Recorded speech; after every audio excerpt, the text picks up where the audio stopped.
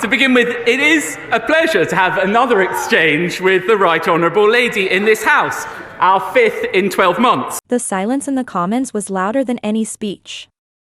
Just minutes ago, Nigel Farage delivered a brutal response during Prime Minister's questions, one that left Angela Rayner visibly shaken. No one saw it coming. In just under 60 seconds, he turned the chamber into a stage and fired a political shot that sent shockwaves across every party bench. What happened next, even Labour supporters weren't ready for. British politics is currently walking a tightrope. With the general election looming and public trust in politicians dipping, every moment in Parliament feels like a performance, and every line delivered can become tomorrow's headline.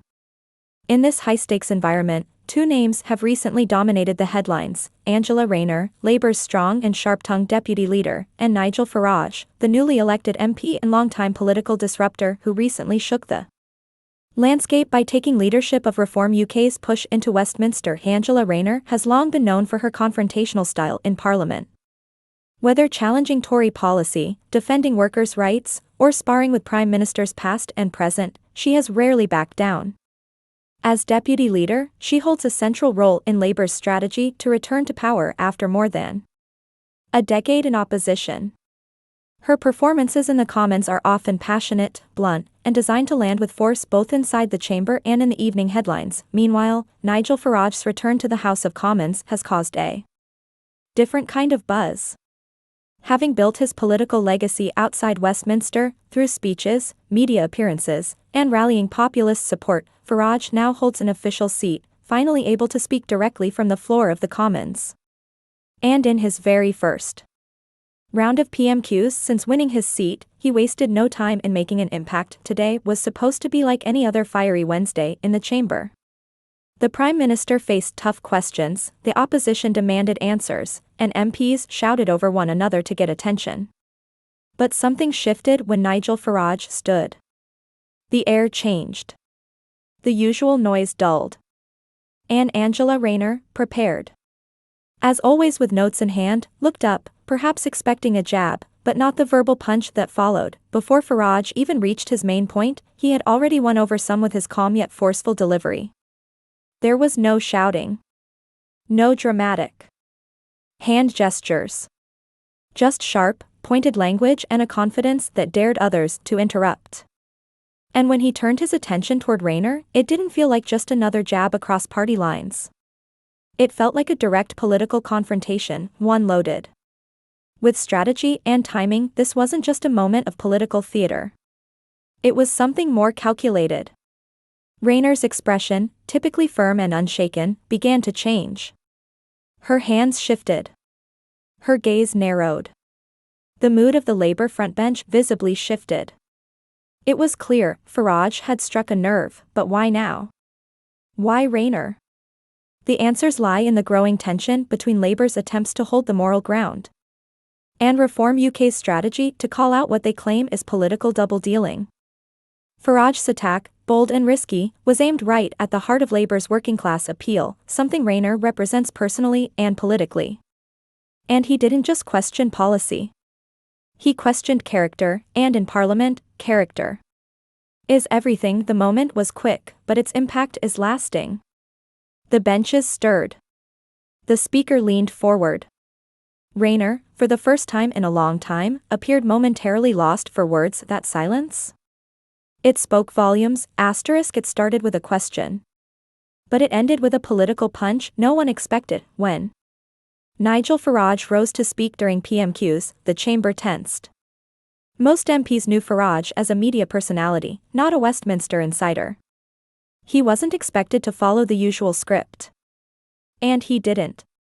Dressed in a sharp navy suit, calm and composed, he paused for effect before speaking, not like a newcomer, but like someone who knew exactly how much attention was on him. His question was aimed at the Prime Minister, but it carried a heavy subtext. He began by criticizing what he called the broken promises of both major parties. He questioned the credibility of Parliament itself, citing years of voter betrayal, rising migration numbers, and a growing cost of living crisis. But just when it seemed like Farage might keep things general, he pivoted sharply, and his target wasn't the Prime Minister anymore. It was Angela Rayner, with a chilling smile, Farage said, and as for the deputy leader of the opposition, when working-class values are used like a costume and not a conviction, the people notice. The chamber fell silent. Farage didn't yell. He didn't attack personally. But the weight of the statement landed hard. He wasn't just accusing Rayner of hypocrisy, he was suggesting that her entire public image, built around her working-class roots, was being used as political theater. Rayner didn't rise immediately. She stared forward, blinking, lips pressed tight. MPs around her looked uncertain, some glanced at their notes, others at their phones, waiting for someone to speak. But Farage continued. He brought up Labour's recent U-turns, on green investment, on Brexit policies, and on immigration caps. He said, the British people are tired of career politicians pretending to be revolutionaries. They're tired of barroom slogans dressed up as leadership. They want truth, not performance. And just like that, the air changed again. Some MPs jeered. Some gasped. Others remained still. Rayner eventually leaned forward, whispering to a colleague, her expression unreadable. She did not fire back immediately, which, for anyone who's watched her in action before, was perhaps the most surprising part of all. Even the Prime Minister looked caught between discomfort and amusement. He knew what Farage was doing, drawing a line in the sand, framing himself as the only one willing to say what others wouldn't. Whether people agreed with him or not, Farage had done something very few manage in PMQs. He made the room stop. By the time he sat down, the moment had gone viral. Social media lit up with clips, hashtags like #FarageVsRayner and #PMQShock trending within minutes. Political commentators on live television were already scrambling to analyze the hit. And the speaker, after a long pause, simply said, "Order," before moving on to the next MP. But the energy in the room never quite recovered. This was not a typical PMQs exchange. There were no policy debates, no shouting matches. Just a calm, sharp accusation dressed as a question. And for Angela Rayner, a veteran of countless verbal fights in Parliament, it wasn't just the words, it was the way they were said. In politics, being silent is sometimes louder than speaking. And today, Rayner's silence told the whole story. The moment ended, but the storm had just begun. After Farage sat down, the chamber buzzed with whispers. MPs leaned across benches, phones lit up, and reporters in the gallery were already typing furiously. But Angela Rayner remained unusually still. Known for her fiery comebacks and lightning-fast replies, she didn't respond in the chamber. Not then.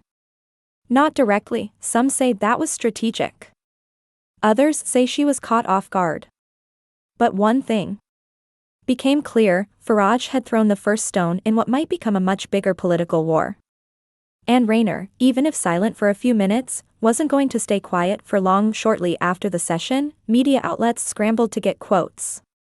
Reporters rushed Labour aides for comment. At first, nothing came. Then, a brief statement emerged from a party spokesperson, calling Farage's remarks cheap theatre and accusing him of masking policy emptiness with personal digs. It was deflection, clever, polished, but it didn't stop the questions. Where was Rayner's voice? What would she say? Later that evening, Rayner took to social media. Her post was short but sharp: "If Nigel Farage wants to debate working-class values, I'm ready anytime. I've lived them. He's only ever used them." Within an hour, her post had over 100,000 likes. Supporters rallied behind her, praising her background, reminding others of her history as a care worker and a single mum who rose through Labour ranks. The party's official channels shared her message across platforms, and Labour MPs began retweeting it in solidarity, but the damage was already done. Clips of the exchange dominated evening news and online platforms. Farage's quote, "When working-class values are used like a costume," was played on repeat, debated on panels, turned into memes, and quoted by both fans and critics. Political podcasts released emergency episodes. Late-night shows joked about it. For Reform UK, it was the breakout moment they'd been waiting for. Meanwhile, within Labour circles, there was tension. Some insiders, speaking off the record, admitted that Rayner should have responded more firmly in the chamber. Others said silence was strength, that it made Farage look like a cheap shot artist, punching down rather than up. But among voters, the reactions were split. On one side, many praised Rayner for not taking the bait. "Class isn't something you argue about," one supporter tweeted. "It's something you live." On the other, Farage's message struck a nerve with voters who feel disconnected from all major parties. Reform UK supporters hailed him as the only politician speaking plain truth without a script. And as media analysts broke it down, a bigger picture started to emerge. This wasn't just about two MPs exchanging blows. It was a sign of how deeply divided the country remains, between urban and rural, between elites and everyday workers, between those who grew up in Parliament and those who stormed their way in from the outside. Rayner and Farage aren't just two people. They're symbols of two versions of Britain fighting for the future. By the next morning, headlines were everywhere. Farage floors Rayner in first PMQ's appearance, The Telegraph. Rayner holds her ground after Farage's low blow, The Guardian. PMQs erupts, Farage versus Rayner sparks cultural firestorm. Sky News. And in every pub, cafe, and comment thread, people were choosing sides. Rayner's team announced she would be visiting a series of community centers and trade unions over the next few days, returning to her base, reinforcing her working-class credibility in person, not just online. Meanwhile, Farage doubled down in interviews, saying, "If Labour thinks they own the working class, they've got another thing coming." The line was clear. The stage was set. And this was just the beginning. What happened in Parliament wasn't just a sharp exchange between two political heavyweights. It marked the beginning of a deeper political shift that could reshape the path to the next general election, and possibly redefine what it means to lead the country. For years, Labour has counted on its strong roots in Britain's working-class communities. Angela Rayner, in many ways, embodies that connection. Her life story, leaving school at 16, becoming a care worker, raising a child on her own, gave her a real voice for people who often feel ignored in Westminster debates. But Farage's attack wasn't just personal. It was surgical. He went after that very identity, trying to turn Rayner's story into a weakness instead of a strength, and for some voters, it worked. In parts of the country where Labour once won easily, post-industrial towns, coastal areas, places hit hard by inflation and job losses, Reform UK has been growing quietly.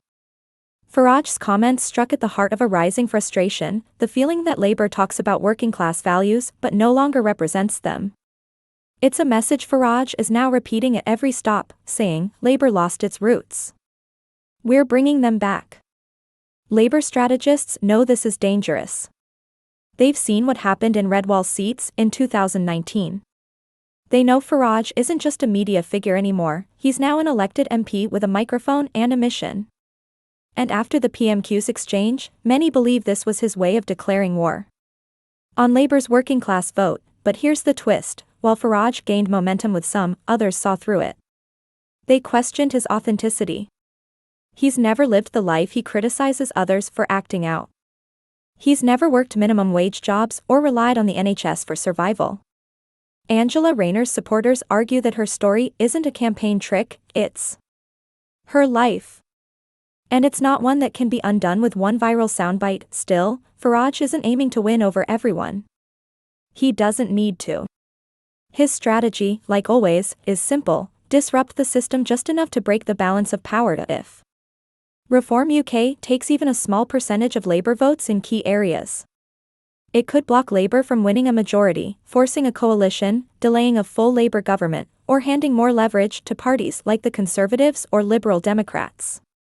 And in this game, momentum is everything. In the days following PMQs, polling firms recorded a small but noticeable shift.